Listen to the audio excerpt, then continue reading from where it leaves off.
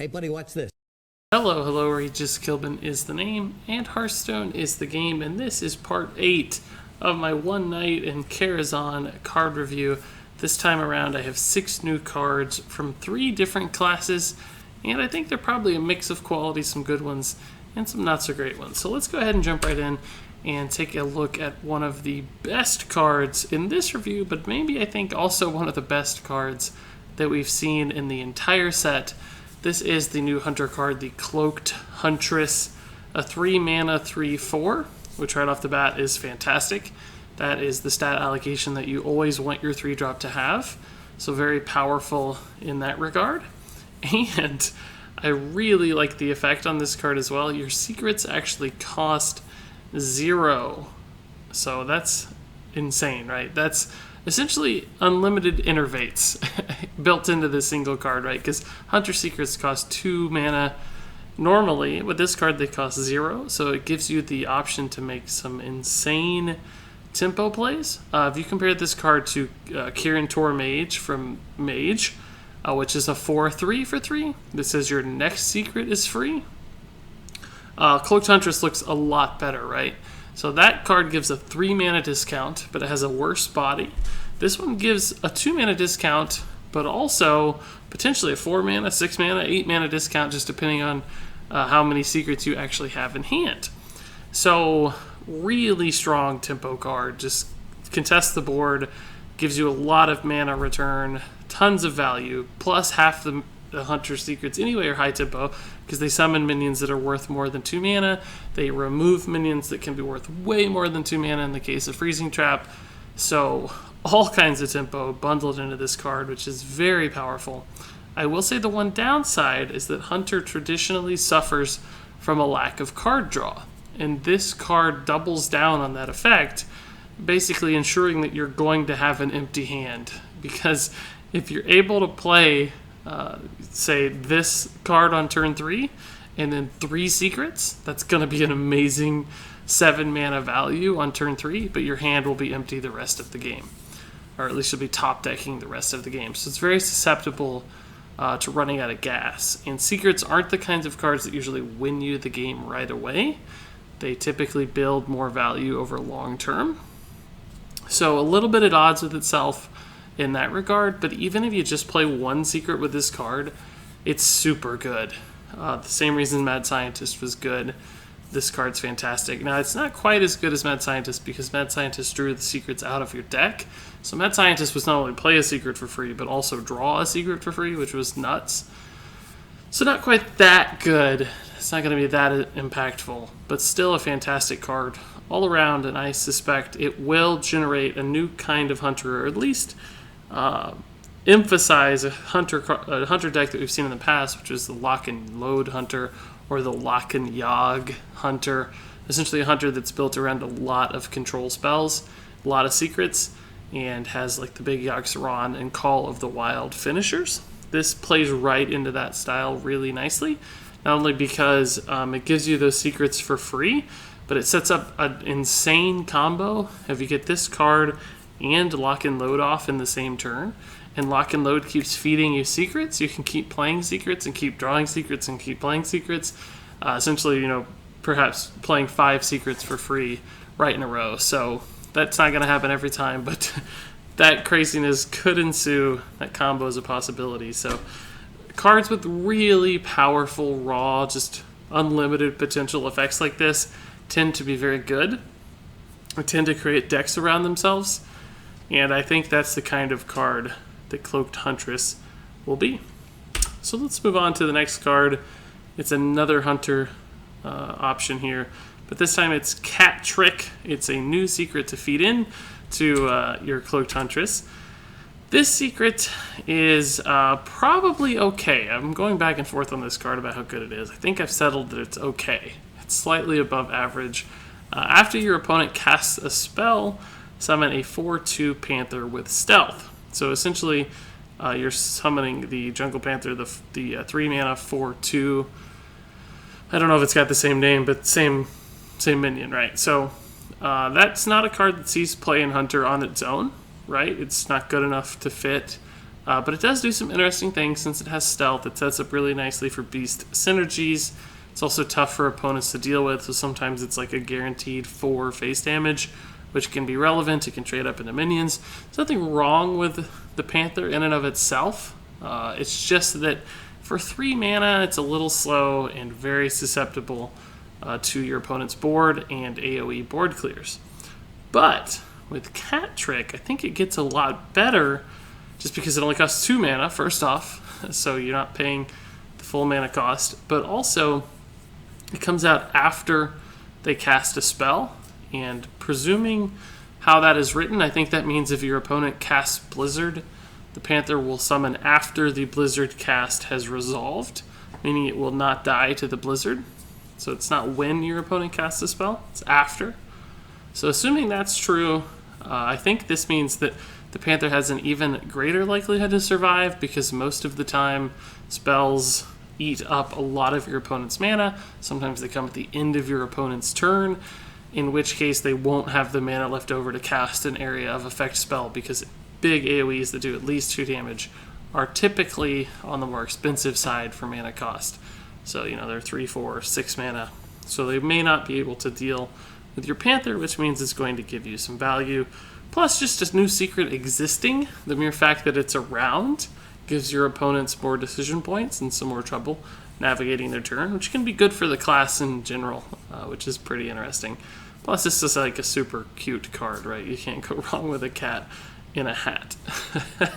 So, I don't think Bear Trap is a super great comparison because the activators are different. But I will say that the thing about Bear Trap is that Ironfur Grizzly is another card that's not Ran and Hunter, but you still see Bear Traps because the 2 mana Ironfur Grizzly is pretty good.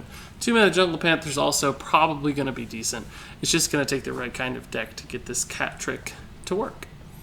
So let's move on to the next class. It's now Rogue's turn in the spotlight with Swashbuckler. It's not a Swashbuckler, it's a Swashbuckler. I don't think that burgle is an accident. Since that does seem to be a theme now for Rogue as far as Blizzard is concerned, which is stealing your opponent's card or really copying your opponent's card is a more honest term. But the Swashbuckler is a 1 mana 1/1. It's a pirate, which I think is actually pretty important because Rogue does still need some pirates to generate that pirate synergy that's necessary to build a viable pirate deck. Right now it doesn't exist. There's just a handful of pirates here and there, but they haven't gotten all the pieces together quite like Warrior has done so successfully. But anyway, it's a 1 mana 1/1 with a battle cry. Add a random class card to your hand from your opponent's class. So it's basically an Undercity Huckster that's 1 mana cheaper, has worse stats, and it's a battle cry instead of a death rattle. And I actually think this card's halfway decent, even on its own, but also perhaps really good with the new card Ethereal Peddler, which discounts your opponent's cards. So that's clearly setting up deck design as far as Blizzard is concerned, with burgling, reducing the cost of those cards, and letting shenanigans go forth with all your stolen cards. But the cool thing about Swashbuckler, even on its own, even outside of burgle synergies, as we'll call it, is that battle cries are way better than death rattles with things like Undercity Huckster, just because it's instant. So even if you top deck this on turn 10, you can play the Swashbuckler and get that card, and maybe you get the Tyrion, and you throw down the Tyrion. With Undercity Huckster, you top deck it, you get a 2 mana minion, it takes time, it has to die, you get the card later on, so there's a much slower feedback with Undercity Huckster, whereas this card is instant. I was pretty harsh on the mage card Babbling Book, and a lot of people will say, oh, but Babbling Book is almost identical to Swashbuckler. How come you like Swashbuckler but you hate Babbling Book? And that's a fair question.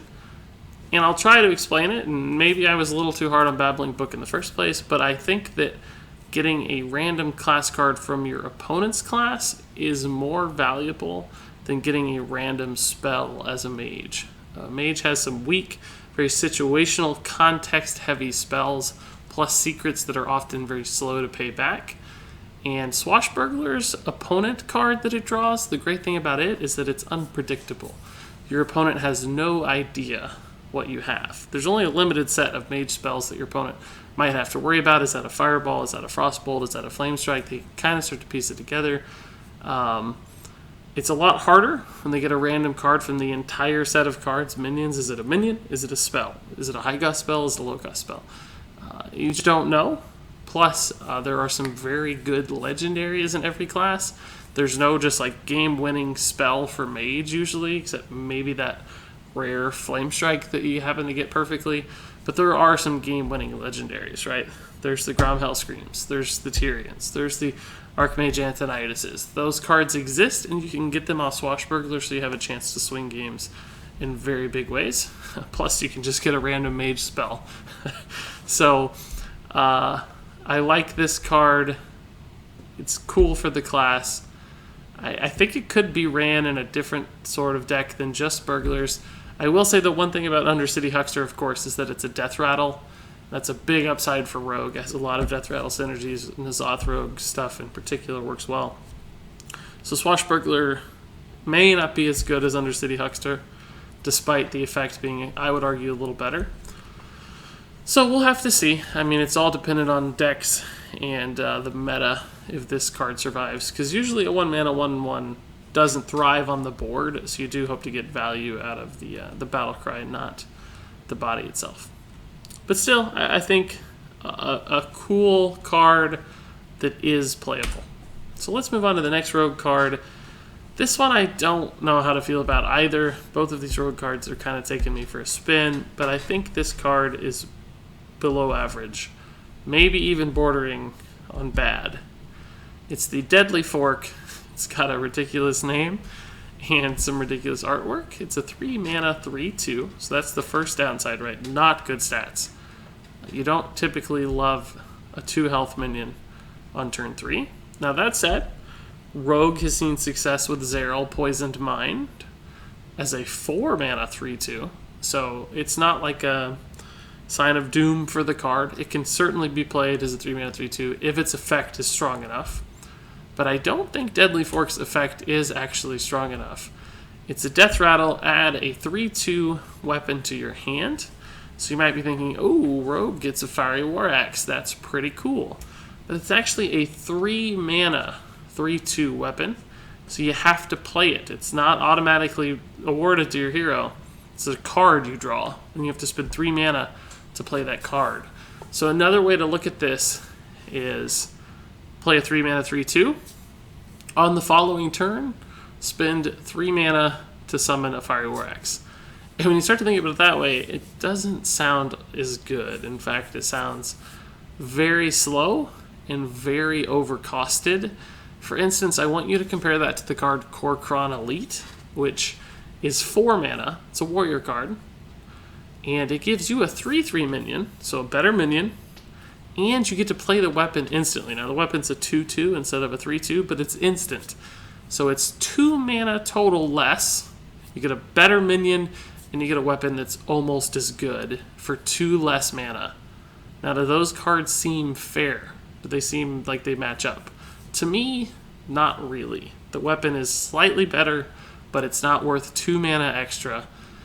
And I don't think this card does what Rogue needs to do either. Now, it has Death Rattle synergies, of course, but it's not the kind of Death Rattle minion you really hope to get with N'Zoth, which is one of those minions that does something to the board. It either has Taunt, or it steals something with Sylvanas, or just resummons another minion.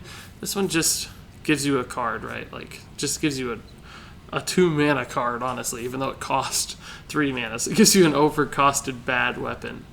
I just don't think it fits. I don't know. I don't think it's good. A lot of people seem to like it, or at least have a response to it. To those people, I wonder if they think the weapon is summoned automatically. It's not. Spoiler alert. So I'm not sure if somebody can explain why they feel like this card is good. I'd love to hear it. But it feels slow, weak, punishing for tempo, which Rogue really is reliant on tempo usually. And this card is not good at that. So it doesn't seem to fit the class very well at all to me. It doesn't fit even like weird archetypes like Mill. So I don't get it. It's below average to bad to me. But there are those out there who seem to like it, so I encourage you to seek out other opinions. Find a second opinion on the Deadly Fork. So that said, let's move on to the Paladin cards in this video. We got 2 Paladin cards to take a look at. The first one is the Night Bane Templar. It's another 3-mana minion, but this time it's a good one, I think. This is a 2/3, which again, not great stats for a 3-mana card, but 3 health is way better than 2 health. It trades into more little stuff, and it's just a little sturdier in general. And it has a battle cry that's also very good. If you're holding a dragon, summon 2 1/1 whelps. So it's a total of 4/5 in stats for 3 mana, which is really good. It's just a lot of board presence. Plus, I'm sure you're already thinking, man, 1 health minions really synergize with Paladin quite nicely. Some of the Divine Shield synergy cards they have lately. And that's very true. You can play the Steward of Darkshire and get 2 Argent Squires out of this card, basically. So, very strong on its own, very strong with what Paladin likes to do. I could also see this fit with a lot of buff cards, which Paladin has. So, I actually think this card enables a couple things. It might set up a more aggro/tempo Dragon Paladin, almost like we see right now very prominently on the ladder with Warrior. Just a very aggressively minded tempo mid-range deck. Or even more aggro if it really wants to fit an early curve with things like Fairy Dragons. It's probably a possibility with a card like this. Just slot some extra dragons in, some 2 and 4 cost dragons, and you might have a deck. But also I think it sets up just a late game control dragon Paladin, which has certainly been tried with the card Dragon Consort, but it's never quite stuck. Probably in part because it doesn't have really good early game options. There's things like Blackwing Technician, and this card is kind of similar to Blackwing Technician as far as stats and cost are concerned, but it does do a few things that Paladin wants to do with little minions traditionally. So there might be a few different pieces to slot in where this makes a lot more sense with your early game than would Blackwing Technician. So I think it's better. It's just another Dragon Synergy card for Paladin, which is cool. So I think it will at least spawn some ideas of decks. We'll have to see if any stick as powerful options. But I have a feeling there's a good Dragon Paladin deck waiting in part because of this card. So I really like this one. I think it's got everything it needs to be a solid card. It's a little Dr. Boom, but it's the Dr. 3, and it's dragons instead of mechs. So that's pretty cool.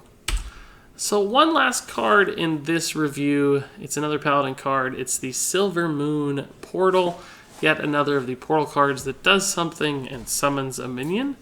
Unfortunately, I don't think the Silver Moon Portal is all that good. At 4 mana, it does 2 things. It gives you a +2/+2 buff, and it summons a random 2-cost minion. So it's very easy to imagine that each of those things are worth roughly 2 mana if you split this card in half, as far as cost is concerned. But the problem, of course, is that a random 2-cost minion is not really worth 2 mana, as we've seen with the Druid Portal. It's a 6-mana portal that summons a random 6-cost minion. So presumably this one could theoretically summon a 4-cost minion. But I agree with Blizzard that a +2/+2 buff is stronger than a 6 health heal. So they probably dialed it back a little bit and went back to 2 cost instead of 6 cost. But I think it really would have been better off summoning a random 3-cost minion. I think that would have balanced this card a little more. Just because I don't know that a +2/+2 is worth 2 mana either. I mean, even the Paladin card Divine Strength, I think it's called, is a 1 mana +1/+2. So +2/+2 doesn't quite feel like it matches up. If it was a +3/+2, I feel like I'm saying a lot of numbers, so hopefully you're keeping up. Like Avenge is a +3/+2 for 1 mana. It might be a little better, but still, it just feels a little bit expensive. And I don't know how many times you'd want to run Silver Moon Portal when you could just run Blessing of Kings. Wouldn't you rather just buff a minion +4/+4, and have it all on the board attacking immediately, as opposed to taking a chance that you get a Doomsayer or a really bad 2-mana minion that just doesn't fit very well into what you're trying to accomplish. I just don't know. I mean, it kind of makes sense in like swarm decks where you want to load up the board and buff something. It's almost like a zoo turn, right? Like buff one thing and play another thing. But very inconsistent as far as the minions are concerned. Not very flexible as far as mana is concerned. And I don't actually think there's enough value here to explain its cost. It should either be a 3-mana card, or if it's 4, it should at least summon a 3-cost minion, or perhaps the buff could be a 3/2 or even a 3/3 maybe. And I still feel like this card would be balanced. It would start to border on really good, but it'd be balanced. Right now I think it's a little undertuned, and I don't think this sees play in competitive, although it could be a decent arena card. I don't talk about most cards in the context of arena, but it probably is an okay arena card as far as I'm concerned. So that actually wraps it up for my thoughts on the cards. Just real quickly, this is a below average card that won't be played. This is an above average card that will see some play. This is a below average card that won't be played. This is an above average card that might be played. This is probably an average card that will be played. And I think this is a really good card that will definitely see play and perhaps even have some decks built around it as well. So that's it for me. If you have any thoughts or comments on these cards, you know where to leave them. Thanks so much for watching. And until next time, game on.